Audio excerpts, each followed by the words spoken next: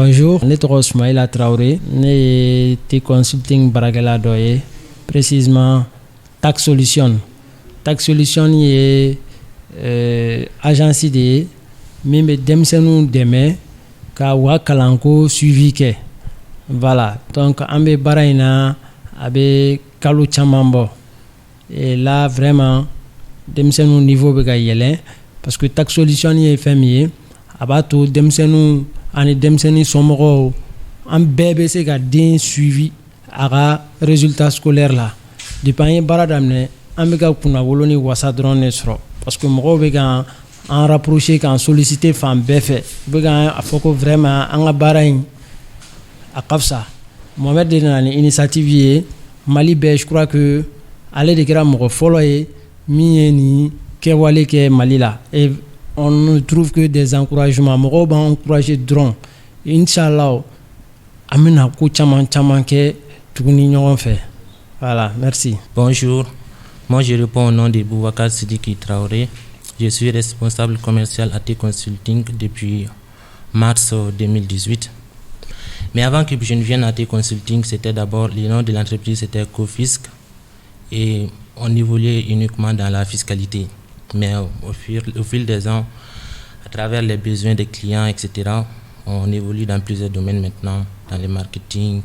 dans la fiscalité, dans le management, dans l'audit organisationnel, etc. Voilà. Moi, c'est M. Djabi Tijan Doukouré. Je suis le chef des opérations d'ET Consulting.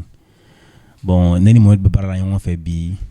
Avec son 20 ans, bon, parce que depuis fitini, on Bebara on fait 6 ans. On parle d'amener MITSI, kana et Cofisc là, maintenant MIT Consulting là, Tax Solution Farokan, ok. Donc on fait des missions d'expertise de contrôle, on fait des recherches, on fait des missions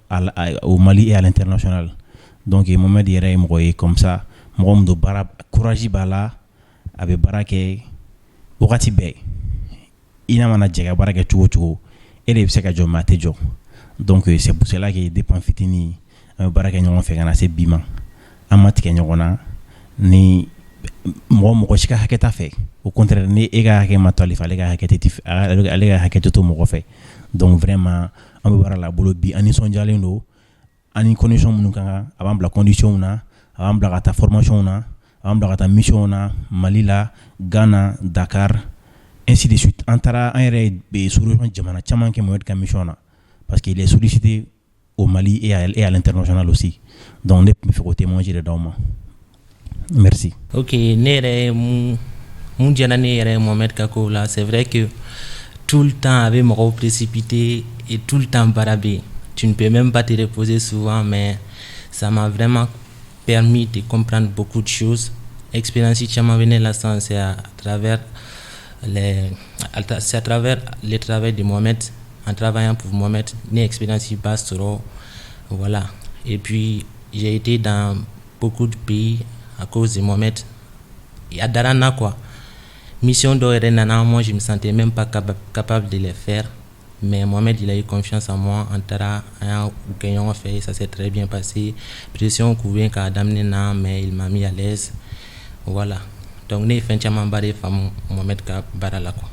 Bon, ce que moi j'ai à retenir de Mohamed, mais à travers mes expériences, Mohamed est fait chaman faraka. Qualité de management, hein, Kamoro Faranyon, c'est un gars à te dimi, il est toujours vraiment quelqu'un qui motive ses frères ou ses confrères. Ni barabé. Ba fa nga fen be bla nga barake ne ba fo mo tene singene ro fo koro tse isi nga doninge hein chaque fois il incite les gens à travailler, à donner le meilleur de soi-même. Vraiment c'est un leader et il est beaucoup encouragé. Voilà, ne peut drone fois. Je vous remercie. Amla MaliKunafoni la jaboko omo fo danti foli mina amunu wan fle Mali kono ani Mali kokan bi ara émission kura damnena émission min tokoyi à la rencontre d'un leader. Émission inti dawre émission yi nyeshilindo anga chakeloma bulula barakela minu bi no Mali kono ani Mali kokan minnu ma sɔn gouvernement baara ma ko gouvernement baara dɔrɔn tɛ baara ye olu wulila k'u jija k'u cɛsiri Mali ka ɲɛtaga la pour le développement de leur pays. Bi an ka wele sera entrepreneur leader ba dɔ ma n'o ye Mohamed Kese Traore. Mohamed Kese Traore ye jɔn ye? A bɛ mun kɛ? A ye a ka entreprise dayɛlɛ waati jumɛn? A ye gɛlɛya jumɛn sɔrɔ a la? An bɛna micro tɛŋɔ a la a ka se k'a da don olu la k'o ɲɛfɔ a ye. An la Mohamed. Manche amba E bɛ se k'i tɔgɔ ni jamu i ka segin a kan tuguni ani qui êtes-vous? O diyara n ye kosɛbɛ mais walasa ka daminɛ n bɛ foli bila aw yɛrɛ la parce que a bɛ ka baara mun kɛ baara ɲuman don n'i ye ka Mali dɛmɛ Mali ka développement na yɛrɛ y'a fɔ cogo min na ka tila ka foli bila Mali ɲɛmɔgɔw yɛrɛ ye parce que jamana mara ma ɲɔgɔn donc i yɛrɛ y'a fɔ cogo min na jamana mara la fɛn caman b'a kɔnɔ bon bɛɛ kɔnɔ ko faso de kan ka fɛn bɛɛ kɛ alors que faso fɛnɛ jigi bɛ kɛnyɛrɛyew kan donc o kuma na olu kama anw y'a décider ka fɛn dɔ ɲɛɲini anw yɛrɛ ye parce que anw ka hakilinata ye mun ye c'est que anw kan ka faso dɛmɛ faso ka baara taabolo la o la ne tɔgɔ ko Mohamed Kese Traore i yɛrɛ y'a fɔ cogo min na société dɔ bɛ yen ni b'a fɔ ma T consulting ne ye o ɲɛmɔgɔ ye n ye produit dɔ fɛnɛ bila sen kan n'a bɛ fɔ a ma tax solutions ni kuma dira ma an na se ka o walawala dɔɔni en même temps n ye école karamɔgɔ fɛnɛ ye donc n bɛ mɔgɔw kalan enseignement supérieur la minnu ye bac sɔrɔ ka yɛlɛ ka taa première année na ka taa bila fo 5e année na n bɛ mɔgɔw kalan école caman na. Ok, faamuyali sɔrɔla o la i bɛ mɔgɔ kalan fɛn caman na. Maintenant, on voudrait savoir qu'est-ce qui vous a poussé à entreprendre? O ɲininkali diyara n ye kosɛbɛ parce que ne ka décision tali ka kɛ n yɛrɛ ye baara kɛ a ma daminɛ bi la a daminɛna depuis n san 14 parce que n ye n fa ye dengu dɔ la a kun man kɛnɛ waati dɔ la donc a ye kalo 6 kalo 7 ɲɔgɔnna kɛ a kun dalen don so kɔnɔ bon n ye n sigi ka miiri du taabolo fɛn bɛɛ talen don ka da ale de kun ni kun y'a ye ale bɛ balo la n ye miiri n ko n'ale tɛ don min na an bɛna ko kɛ cogo di donc o hakililata ye n bila ka sira wɛrɛ ɲini mun b'a to n bɛ se ka masaw yɛrɛ dɛmɛ cogo min na mun b'a to n bɛ se ka fɛn dɔ kɛ n denw fɛnɛ ye mun b'a to n bɛ se ka fɛn dɔ kɛ mun bɛ se ka jamana yɛrɛ nafa donc n ka entrepreneuriat daminɛna o yɔrɔ de la depuis o waati ninnu na n y'a essayer ka tɛmɛ sira caman fɛ o sira caman ye jumɛn ye n y'a dɔn n ye kalan ta fɔlɔ ni n tɛgɛ 2 ye donc o yɛrɛ taara kɛ sababu ye fo n ye trophée dɔ ta Afrique bɛɛ science et maths n taara a trophée minɛ fo Égypte science et maths donc a conception kun ye jumɛn ye o kun ye ka site dɔ dilan a kɛra k'an to san 14 na donc n y'a ye internet kan n y'a ye k'a fɔ Microsoft de kun ye a compétition lancé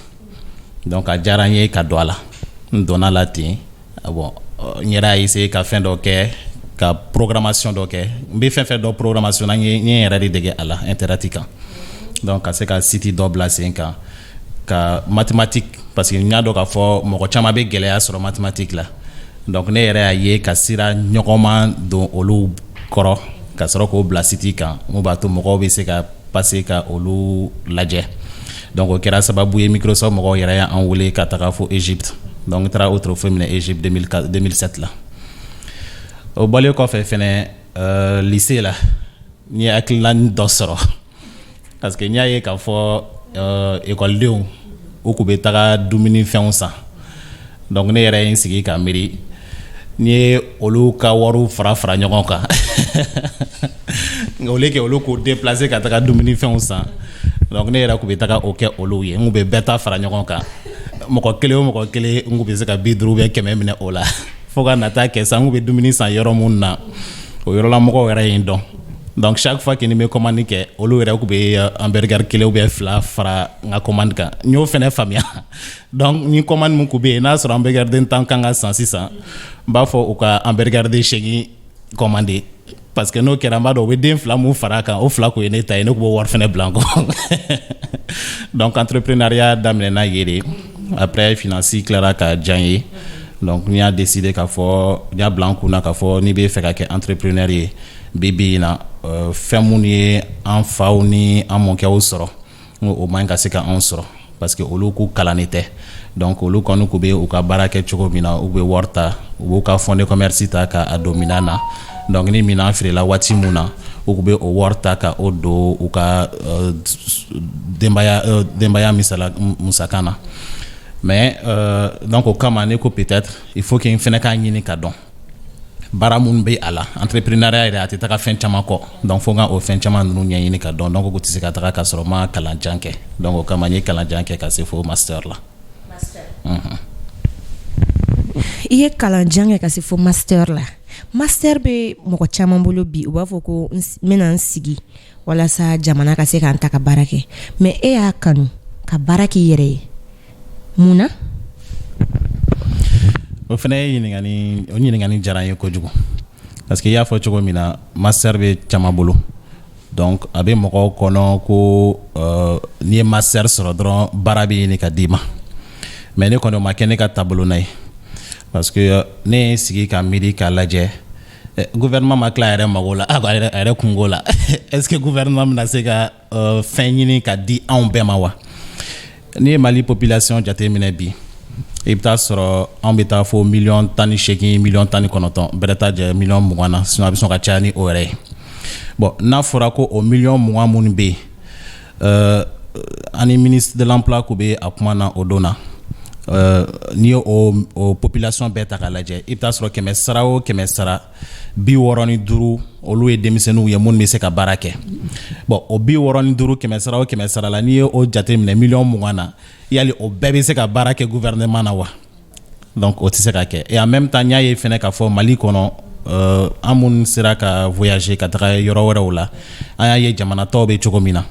donc n y'a ye k'a fɔ Mali kɔnɔna na baara fosi ma kɛ bon ni anw yɛrɛ ma an cɛ siri ka baara kɛ anw yɛrɛ ye mɔgɔ wɛrɛ tɛna an ka jamana jɔ an place la donc o la fo an bɛɛ ka an jɔ an jɔyɔrɔ la donc an hakili la an jɔyɔrɔ fɛnɛ kun bɛ se ka kɛ mun ye Mali ko la o ye ka an ka entreprise bila sen kan ka an miiri fɛn min bɛ se ka jamanadenw nafa fɛn min bɛ se ka na anw yɛrɛ nafa en même temps fɛn min bɛ se ka gouvernement yɛrɛ fɛnɛ dɛmɛ a ka baara la parce que n'an ye entreprise dayɛlɛ sisan an bɛ fɛn caman kɛ donc an bɛ na impôt sara an bɛ nisɔngɔ sara an bɛ taxe wɛrɛw sara bon o taxe ninnu de bɛ fara ɲɔgɔn kan o de bɛ se ka kɛ sababu ye ka gouvernement dɛmɛ walasa a ka se k'a ka projet baw bila sen kan mais ni anw couche bɛɛ ko an tɛ o kɛ k'an bɛɛ k'an yɛrɛ sɔrɔ gouvernement na est ce que jamana bɛna se ka développer wa voilà donc o de la ne y'a décidé malgré que master bɛ n bolo n y'a décidé ka baara kɛ n yɛrɛ ye. I y'a décidé ka baara k'i yɛrɛ ye k'i yɛrɛ ka entreprise créer entreprise in créer la waati jumɛn T consulting et tax solution i bɛ se k'i da don o la ka dɔɔni ɲɛfɔ an ye o la. O ɲininkali fɛnɛ diyara n ye T consulting ye entreprise ye a ma daminɛ sisan donc ni n ko n bɛ kuma T consulting kan fo n ka diyagoya dɔw ma fo n ka kuma ko fisc kan parce que n y'a daminɛ ni ko fisc de ye ko fisc a tɔgɔ kun ye de ye fɔlɔ conseil fiscal donc ko fisc ka baara kun ye mun ye o kun ye ka mɔgɔw dɛmɛ k'u ka impôt u kan ka impôt minnu sara u ka se ka o dɔn et puis u bɛ se ka sara cogo min na o cogo ka se ka ɲɛfɔ u ɲɛna et puis ka an kun bɛ kɛ intermédiaire ye u ni impôt mɔgɔw ɲɔgɔn cɛla la bon an y'o baara daminɛ ne ni fa kun bɛ o baara kɛ parce que ale yɛrɛ ye baara kɛ impôt la ka kɔrɔ donc ne y'a ye a ye baara kɛ cogo min na walasa ka Mali kɔdi la tilen dɔɔni en même temps a yɛrɛ y'a ka contribution minnu kɛ olu diyara n ye donc a taalen retraite la a diyara ne ye ka a gɛrɛ n yɛrɛ la walasa an ka se ka o baara kɛ maintenant baara taabolo kɔnɔna na ɲininkali caman nana parce que c'est vrai ne kube conseil fiscal yake mais master nga ni kala mun ke université la ne ka spécialisation ku management financier ani auditide donc on be comptabilité barake waya soro ni barake yoro woro la kateme ni barake hotel l'amitié la kateme ni barake ntemena jemi audit fe nkra stagiaire ye ntemena EGCC fene fe nkra stagiaire ye fene donc olu be jaranye maintenant au konona na mo yen donc on en a formé ça n'est conseil fiscal ya donc mon ante comptabilité tenue de comptabilité ke mon lante mo de me ku entreprise réorganiser mon lante mo de me ka mo kalfa entreprise wara wala ubusuku ta barala chogomina donc olu be mirina ye mbla 2019 la ka ko fiski yelema ka kete consulting parce que ko fiski ku d'abord conseil fiscal ya drone kama alia atoko relaje a d'abord drone kama donc nyai ka fo otise ka continuer tuguni donc an ye statut yelema ka kete consulting et Traoré consulting. Voilà, Traoré au nom de famille, voilà. Donc Traoré Consulting est l'assistant en donnant une belle quand nous belle fracas au Kera 2019 là. Maintenant 2021 Nina. Un tax solutions place 5 ans fini. Bon tax solutions fini aller sans checking sans compte capable sans compte au Mirinaï. Parce que Caneto Franci né kubé moko kala. Donc quand on école de là ntara mtemeto tara ben agence doma donc nya ye ka fo olu ka barakuye ka école de mon ni sensible ubolo olu ka barakuye ka olu ta ani enseignant dota wala sa aussi ka tra mo wora kala choko mina mun be lycée là ou bien mun be université là bon ne aye ka fo licence be ne bolo ne be doni de comptabilité là ala baraka la ni fiscalité vrai de gen fa fait ala ka hinala donc ni o belaje bon ne bi se ka ne kon kanga se ka moko kala donc là ntara o agence fait donc lui recrutement ni o lui bla recrutement o lui bla testikela ni o testi nous ke o testu benyana donc après maintenant o clara ka moko do kalfana o kalfa o fenanyana donc ne sans fla sans katable sans sabani o nyona ke ola bon nyaye ka fo o entreprise ou be ka développer français mais on munane tise ko kya mo shima o kya folo donc parce que ni malita ladje ipta sur enseignant do be olubu au plein courke o ba fo courke monsieur donc au plein o ka sara ke chogola bon ipta sur massa o fenebe olu fenebe au plein enseignant ka cours di chogola bon ipta sur dem be fenena ka akilata do fika de bina chogode be dena donc mara chogode be dena wa ipse enseignant be se ka ke chogoa dola wala sa den ka se ka a wasado kalana donc anga baraye oye donc o mirina nanana mais nya laje ka laje am se ka obla mali la chogodi donc o la ay sans checking sans konotonta mais ala barkala y sira dosro à partir de janvier an yo fene lancer. OK chi ni be ni le kono fra ke re barakala do bi jama no gode me fe ka do Mohamed Kese Traore gouvernement to sengé ni bare na wa parce que ka adamnena ni ko ibe kere ka baraki yere si tu veux entreprendre et que tu n'as pas de fonds c'est pas facile et adamne et ta kera chogodi ame fe ko nyefain o ni ngani fene jaraye o be black up ma fin flaka nya damne chogomina ani an yele ni gouvernement ka relation tabolo la ne kofiski da ele ka soro droma geletenku nya fo moko yena ube moko chama ba foko galondo bon bibi na fi ko moko ni moko yena ima e ka tigi wale nyumando donc kama nkanga moko fla moko saba nyona wale nyumando bi ni oye Mamadou Kouré kama donc nene ale demiseni terrier donc ay kalan ke ñogon fe an sigile ambe delikable ñogon blasira an sigile ajigina kuna ka kofiski blasenka ale rey encourager ngo Mamadou ngo de kon be fe ka blasenka et donc fleni et marakay mais par contre problème bi romuna c'est que et so moko côté fait ka tra kala janke donc au kama o ma ibla ika barala donc finalement il be fan donc fait c'est kané de mebi mais à quoi nous cadiner ka entreprise bla 5 ans moyen té ako mako Mohamed ote bachier ni odo an terikɛ wɛrɛ dɔ fɛnɛ bɛ yen e b'o dɔn ale fɛnɛ bɛ e dɔn ka ɲɛ ni an b'a fɔ ma Mohamed Simpara. Mohamed Simpara ale de ye univers commercial directeur ye bi donc a y'a ka entreprise bila sen kan a kun bɛ meuble ni fɛn caman feere a ko mais an bɛ se ka se o ma n'a y'a ɲɛfɔ an ɲɛna ne hakili la a man ɲi ka ban donc ala barika la ne sera Mohamed Simpara ma n y'a ɲɛfɔ an ɲɛna a ko ma ko tɛ baasi ye ko maintenant mun don n mago bɛ fɛn o fɛn na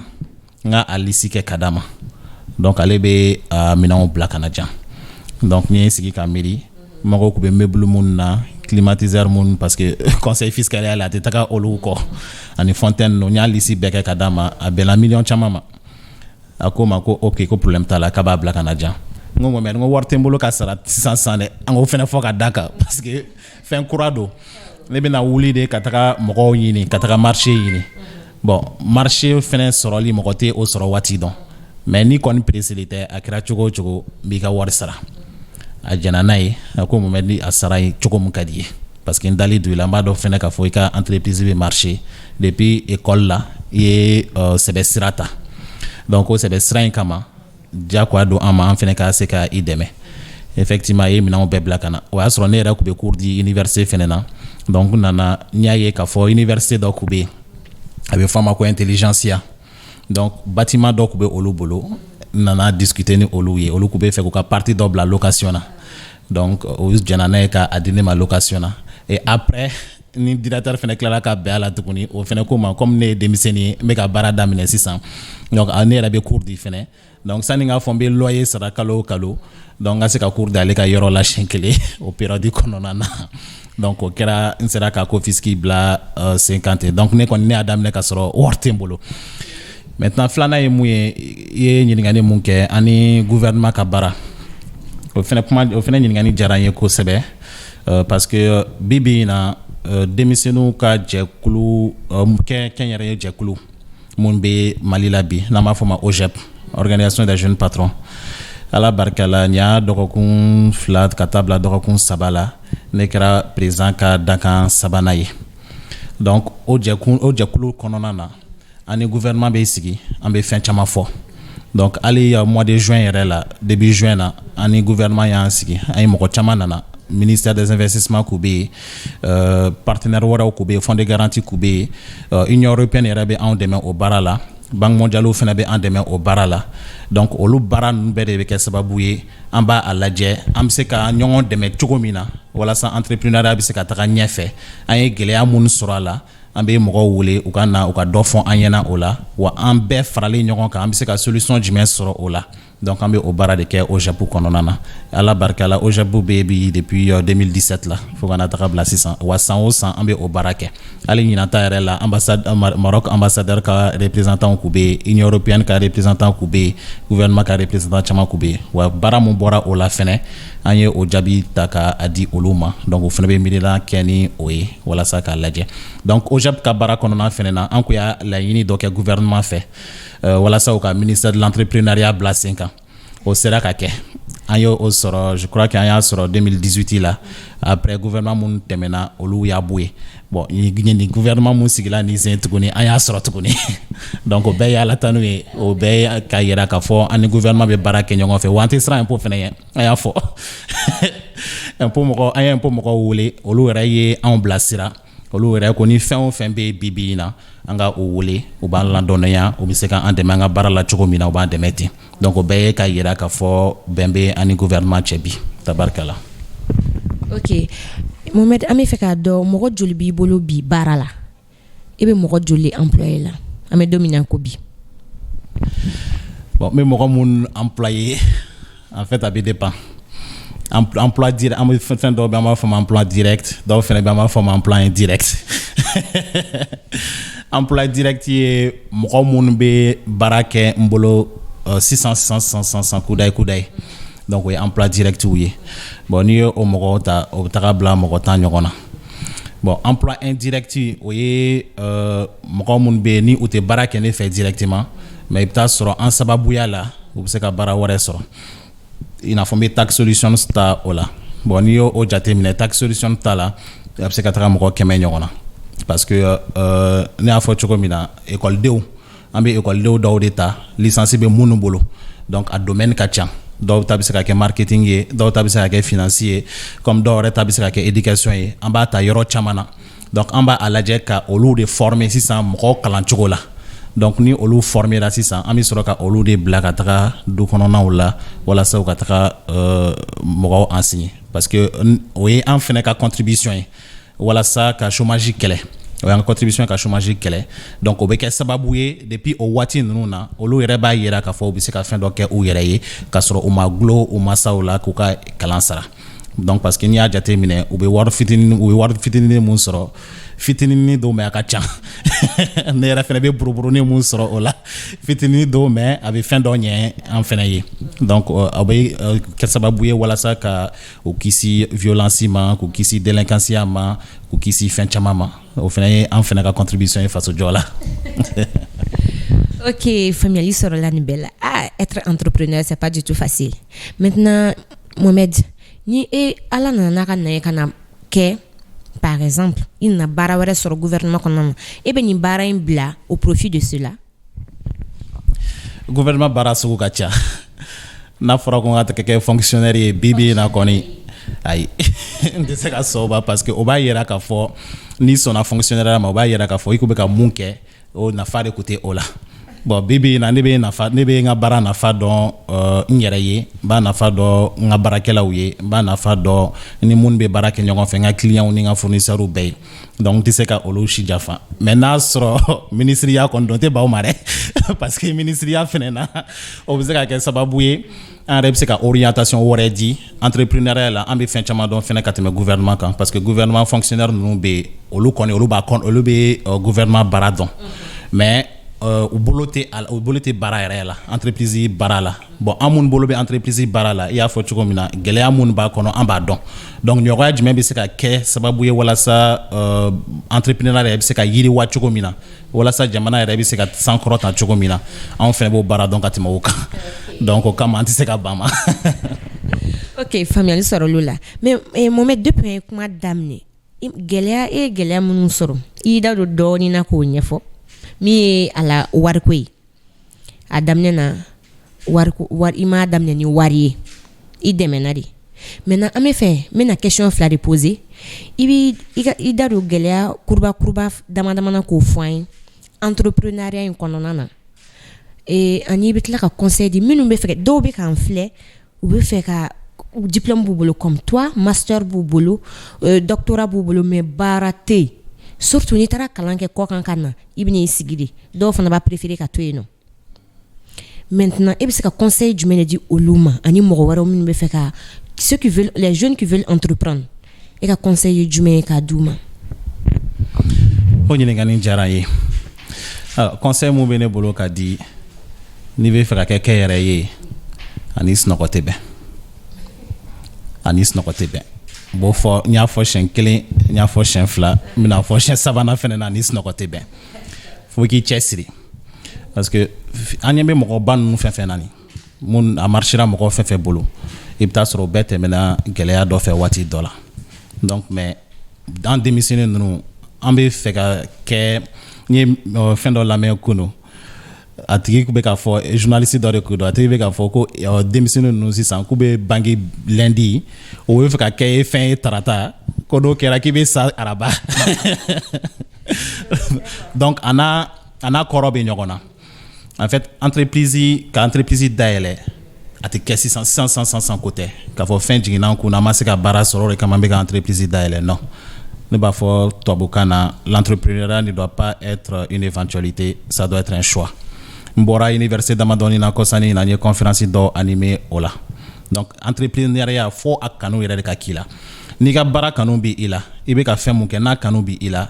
fɛn caman bɛ a kɔnɔna na i bɛ se ka a muɲu bon en même temps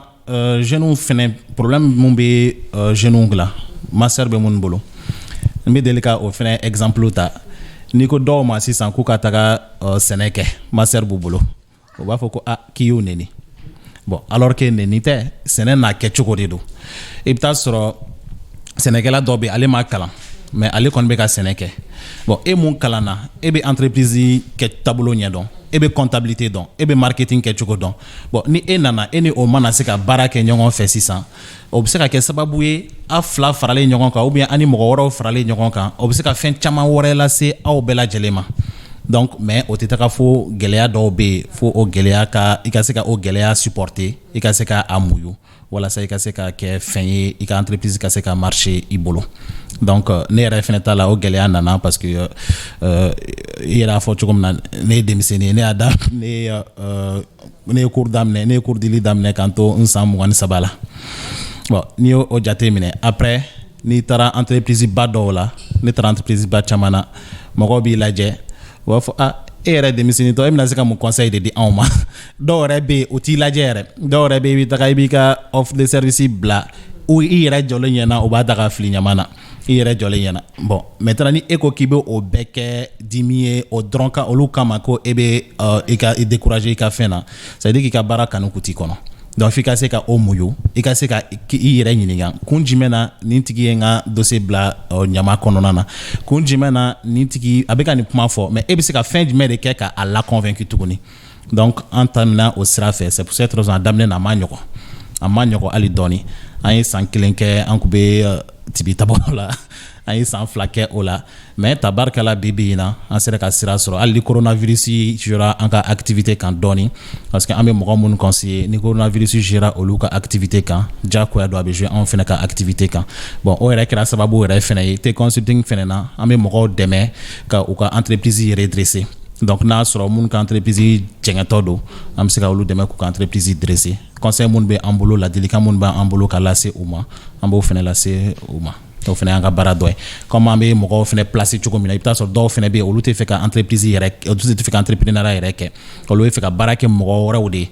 donc an bɛ olu fɛnɛ ka CV jate minɛ ka a lajɛ mun bɛ taa ɲɔgɔn ye donc an bɛ sɔrɔ ka o proposition kɛ entreprise ye an bɛ u dɛmɛ k'u ka impôt sara k'u ka INPS sara k'u ka carte AMO ninnu sɔrɔ an b'u dɛmɛ ka u ka formalité ninnu caman remplir o fɛnɛ y'an ka baara ye. Tiɲɛ na aw bɛ baara la. Sisan Mohamed comme an bɛ ka se émission kuncɛyɔrɔ la an filɛbagaw an m'aw ladɔnniya halisa ko émission in tɔgɔ de ye à la rencontre d'un leader min b'an bolo o ye Mohamed Kese Traore i ka folikan laban minnu bɛ yen nɔ ani ladilikan wɛrɛw comme ladilikanw dira ka ban i bɛ se k'i ka folikanw fɔ walasa an ka se ka émission in clôturer. O diyara n ye n bɛ foli bila n bɛ Ala fo fɔlɔ ka barika dɔn parce que ale sababuya de y'a to an bɛ ka se ka ni émission in tenir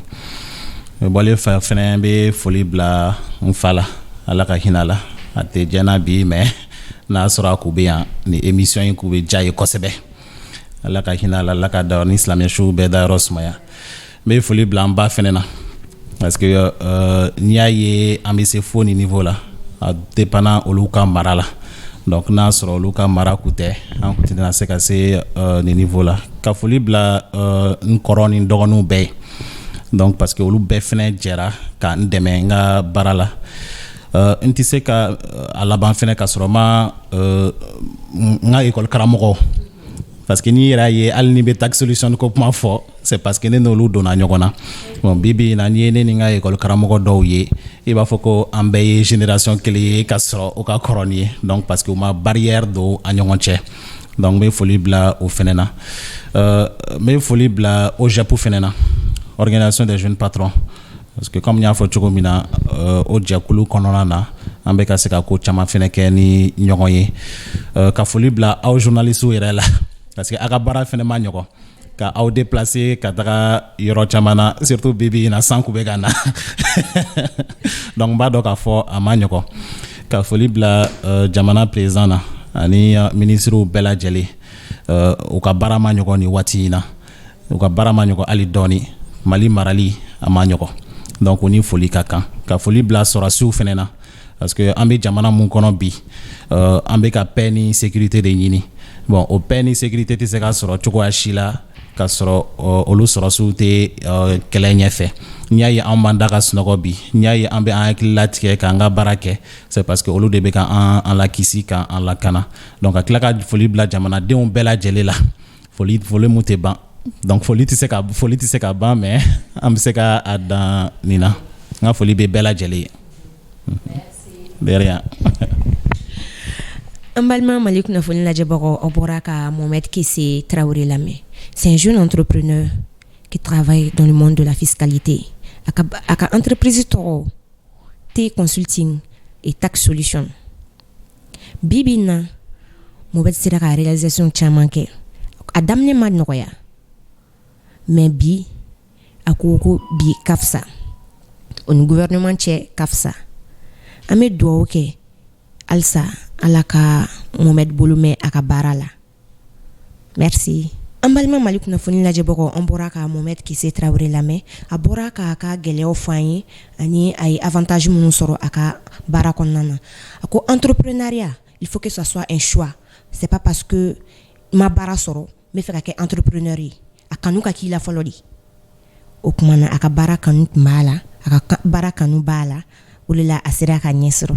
An bɛ dugawu k'a ye Ala k'a bolo mɛn a ka baara la. Merci.